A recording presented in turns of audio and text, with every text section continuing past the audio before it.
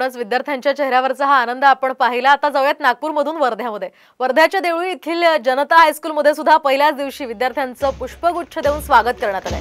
विद्यार्थिनींच्या हस्ते रिबिन कापून यावेळी शाळेत त्यांना प्रवेश दिलेला आहे।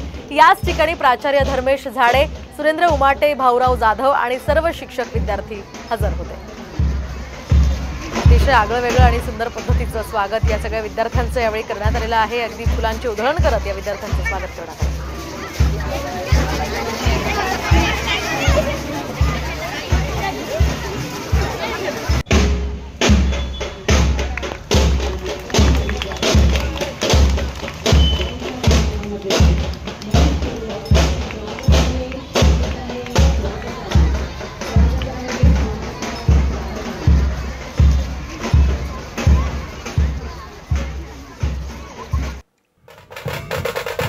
अमरावतीमध्ये सुद्धा अशाच प्रकारे विद्यार्थ्यांचं स्वागत करण्यात आलेलं आहे।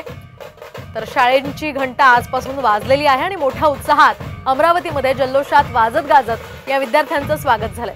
अमरावतीतल्या शिवाजी बहुउद्देशीय उच्च माध्यमिक शाळेमध्ये या विद्यार्थ्यांचं ढोल ताशाच्या गजरात अगदी जंगी स्वागत करण्यात आलंय। वसंतरावजी नाईक महाराष्ट्राचे तिसरे